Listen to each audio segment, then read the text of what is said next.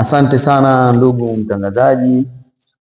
Kwanza kabla sijaanza kuelezea, kwanza nimshukuru Mwenyezi Mungu kwa baraka zake kwa kuweza kunifikisha salama sehemu hii.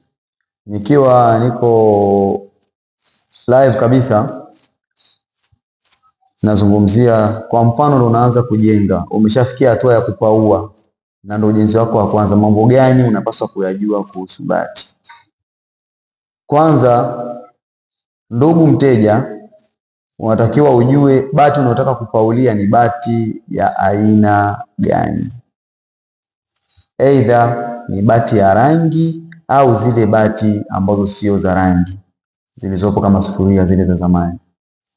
Kwa sisi mabati zoni tunakwambia zingatia haya, kwa sababu sisi hapa tunadili na mabati ya rangi. Kwa hiyo mambo ya kuzingatia, jambo la kwanza lazima ujue aina ya bati. Kama ya unataka bati ya mgongo mpana, mgongo mdogo, bati ya aina ya kigae au kigae, kutokana na bajeti zako. Ukishajua katika hao mambo manne, kuna mambo mengine unatakiwa ufahamu. Unataka bati ya mgongo mkubwa, je, ni geji gani ambayo unataka? Katika mabati kuna neno linaitwa geji. Geji ni ule uzito au unene wa bati. Ujazo. Sawa sawa. Ambao huo ndo unaiongezea thamani bati yako kutokana na madini ambayo imetengenezwa.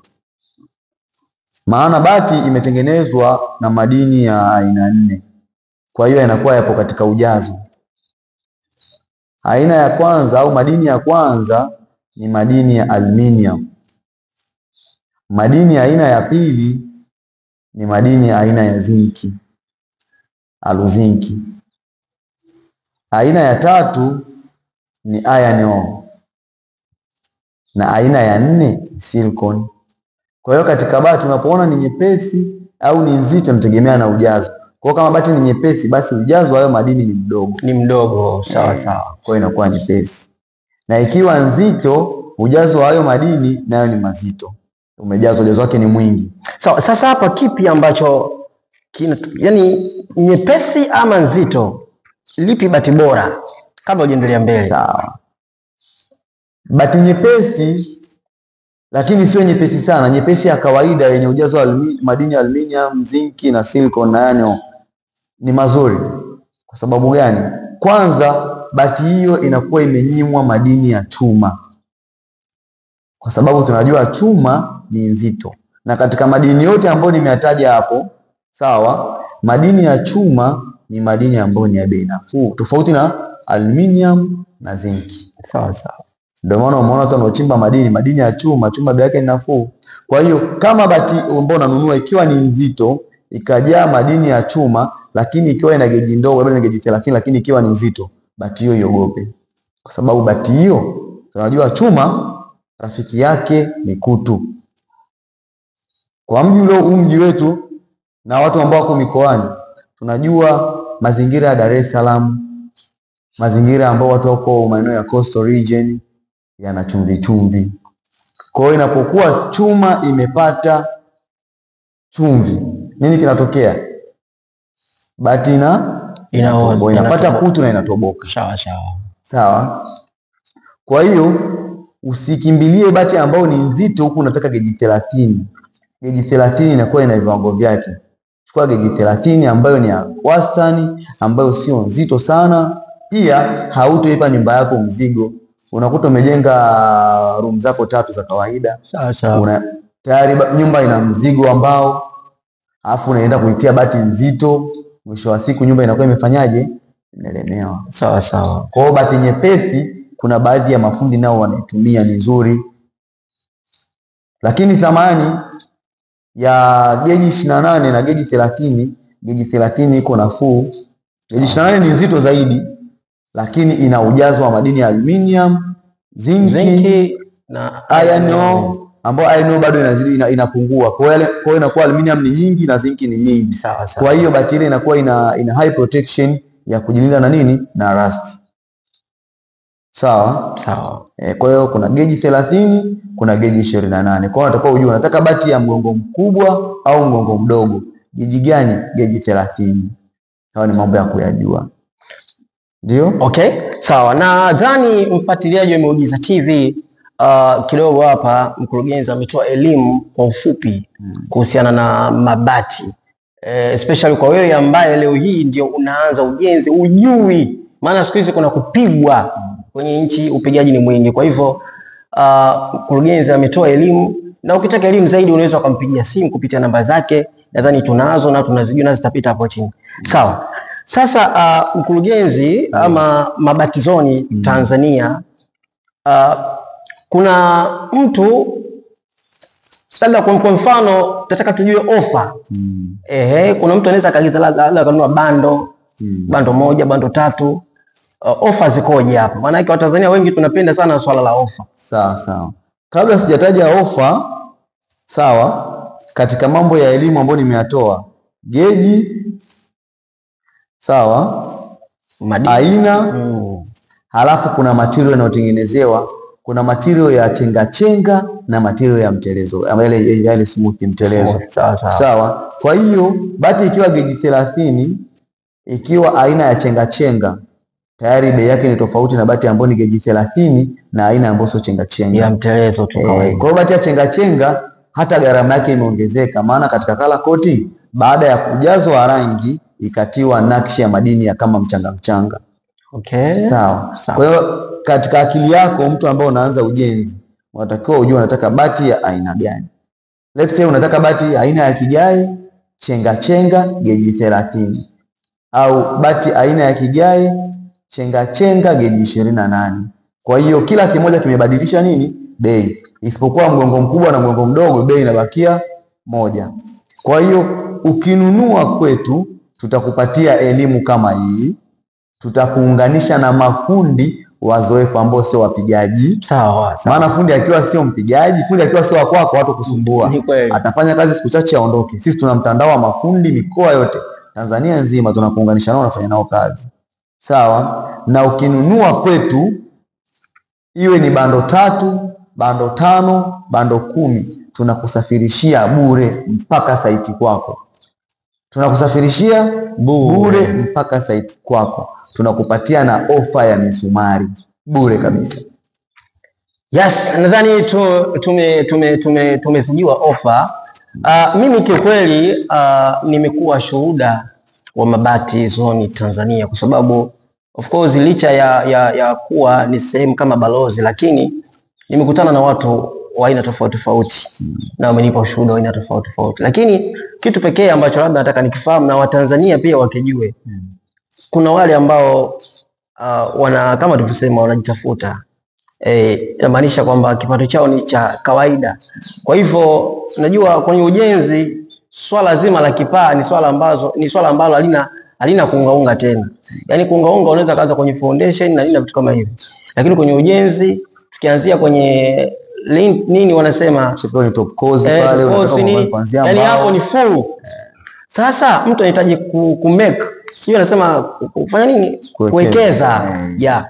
Swala hili likoje kwenye kampuni yako ya Mabati Zone Tanzania kwa mtu ambaye anataka kuwekeza? Mimi kama Miki Mabati Zone au Mikidadi, sawa, ukitaka kuwekeza kwetu tunakupatia akaunti namba. Utawekeza kutokana na uwezo wako. Tunajua hali ni ngumu na pesa haikai. Sawa? Labda unataka bati 100. Umepata 200,000, tunakupa kwenye akaunti. Ingiza pesa kwenye akaunti, tuma receipt. Sisi tutakuandikia kwamba umelipia hujachukua bati. Lakini kabla ya kufanya hivyo, fika ofisini tuonane. Sisi ni wanadamu, kuna leo na kesho. Naweza nikakuandikia oda mimi leo, umewekeza, kesho kuta mimi sipo, nimefariki. Lakini ukilipia kwenye kampuni moja kwa moja, kumbukumbu zitabakia. Kwa hiyo utakuwa uko recorded, nimekurekodi mimi kama Miki Mabati Zone, sawa, lakini ofisi moja kwa moja wanajua kwamba fulani amewekeza, hata angalau kwamba hata wewe pia umewekeza, hatujamna mtu anajua kesho yake. Ni kweli. Umetangulia wewe, haki yako itakuwa imepotea. Ukiwa unawekeza, shirikisha na ndugu yako. Sawa, imetokea la kutokea, ndugu yako ana haki ya kuja kudai kwa sababu anajua ulichokuwa unakifanya. Una familia, haki za familia yako, watoto wako zisipotee. Maana sisi wote tunajitafuta, tunatafuta kwa ajili ya familia zetu. Ndio. Sawa. Nadhani umepata kitu au umepata mwanga au umepata majibu ambayo maswali yako ulikuwa unatafuta wapi pa kuyauliza. Na samahani ndugu mtangazaji, wanauliza naona swali linapita. Ni muda gani kwani ninaweza nikawekeza kwa muda gani? Hilo swala msingi. Unaweza kuwekeza angalau basi isizidi miaka miwili. Isizidi miaka miwili. Kwa sababu ukilipia kwa mfano kipindi hichi bati inaweza shilingi 20,000. Sawa. Hiyo 20,000 uende ikadumu zaidi ya miaka miwili. Hata ikiwa kuna mabadiliko ya bei ikapanda shilingi 22,000, wewe utauziwa kwa bei ile ya 20 kwamba ulilipia kipindi hicho. Lakini ikizidi miaka miwili basi uende ka gharama ya bati ikafanyaje? Ikaongezeka, utabidi uongezee. Kwa hiyo isizidi miaka miwili. Lakini kupungua ni wewe mwenyewe. Unaweza ukaamua ndani ya mwaka, miezi 6, unakuwa kama vile unaweka tuna kibubu kwa ajili ya Watanzania wanaojitafuta. Sawa. Na raha ya kuwekeza bwana, usijipe time kubwa. Unajua kuwekeza unatakiwa kukushughulishe. Kwa maana kama target yako mabati 100, let's say natolea mfano 1,800,000 labda kwa mfano. Basi hata unapowekeza unatakiwa pia wewe mwenyewe uwe na juhudi kwenye kuwekeza. Usipoona juhudi ndio yatatokea hayo ya miaka miwili na kadhalika, si ndio? Last time nadhani tulizungumza by the way, kwanza hongera sana kwa ligi. Tumeona ligi inafanya vizuri, tumeona Mabati Zone Tanzania jinsi gani mmekuwa mna mchango kwenye jamii. Tukiondoa kufanya huduma na kuelimisha watu kuhusu mabati, lakini mna mchango pia kwenye jamii. Tumeona mmeanza kwenye michezo na vitu kama hivyo. Labda watu wanahitaji kupata feedback kwa sababu ulitoa jezi, lakini pia tumeona ligi inaendelea. Pata feedback kidogo labda ya timu yako, ligi ikoje? By the way, tuendelee na maswali mengine. Asante ndugu mtangazaji. By the way, ligi imeendelea, imesimama tarehe 28 kwa sababu ya mfungo wa mwezi wa Ramadhani, lakini raundi ya kwanza imekwisha. Sawa. Raundi ya kwanza imekwisha kwa sababu ile ni ligi ya veteran. Kwa hiyo baada ya mfungo, maana tuna Kwaresma, tuna Ramadhani.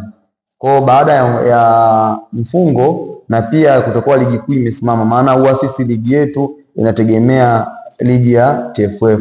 Sawa. Kwa tunaangalia timu zikiwa zinacheza zile timu zetu za ligi, kama ligi inaendelea inabidi ligi yetu isimame. Kama kuna FA nayo inaendelea ligi inasimama.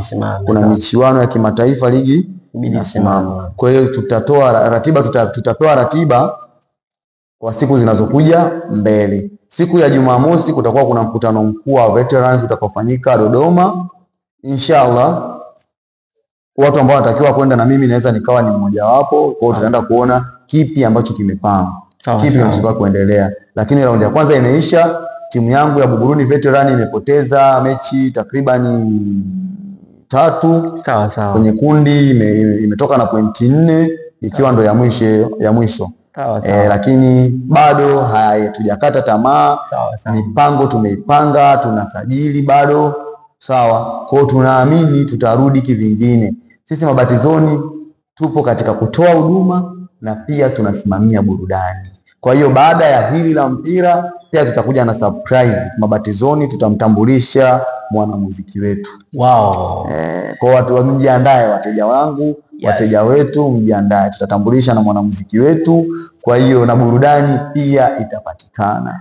Na hivi ndivyo Mabati Zone wanafanya. Kiukweli tumekuwa proud sana na Mabati Zone kwa sababu licha ya kutoa huduma, kutoa elimu, lakini pia inagusa jamii. Kuna mengi japokuwa mengine hajazungumza mkurugenzi, lakini Mabati Zone inafika kwenye hospitali, inafika kwenye vituo na hata watu mmoja inawafikia kwenye kutoa msaada, kuhakikisha kwamba sote ni wamoja, nchi yetu sote. Na hata lengo la kutoa elimu juu ya mabati ni kuhakikisha wewe ndugu mtazamaji au wewe ambaye leo unaanza ujenzi, ikiwa umejikusanya kwa muda mingi au kwa miaka mingi sasa, unafikia tu kwenye ujenzi, unakutana na mtu anakupiga. Yaani baada ya kwenda mbele unanunuliwa mabati ambayo hayaeleweki, umeweka juu, baada ya mwezi mmoja mabati yanashika kutu, yanachanika. Na ndio maana Mabati Zone wanakupa elimu, unapata knowledge kwanza ya mabati, and then unashauriwa bwana, hapa kuna geji 28, geji 30, hapa kuna chenga, kuna smooth, vigae na nini. Unaangalia mwenyewe kitu ambacho unaweza kukiafford, and then tunaweza tukafanya kazi. Mabati Zone tunasema ezeka kutokana na bajeti zako, usishindane. Sawa sawa. Lakini zingatia ubora. Usikimbilie tu nafuu, zingatia ubora. Ezeka kutokana na gharama zako na usishindane. Yes, ni true. Ezeka kutokana na gharama zako, si ndio? Au kulingana na gharama zako na usishindane. Na kiukweli kabisa hilo ni swala la msingi, na hiyo slogan imepita, kwa sababu ukihitaji mashindano kwenye sekta ya ujenzi, kiukweli unaweza ukaishia kwenye kozi 3 au ukaishia kwenye linta, ama ukaishia kwenye mabati mawili, au ukaezeka chumba kimoja usimalizie vyumba vingine. Sawa, mkurugenzi, cha kumalizia, zungumza na wateja wako, zungumza na wanamiujiza, zungumza na Tanzania, zungumza na all over the world, zungumza na Afrika kuhusiana na Mabati Zone. Chukua time yako kuzungumza. Asante ndugu mtangazaji. Ndugu watazamaji, nachukua fursa hii kuwakaribisha kiwandani kwetu ambako tunazalisha mabati kabisa. Tunapatikana Dar es Salaam, Tabata Matumbi. Ukifika maeneo ya Buguruni au Matumbi, tupigie namba zetu ambazo zinapita hapo.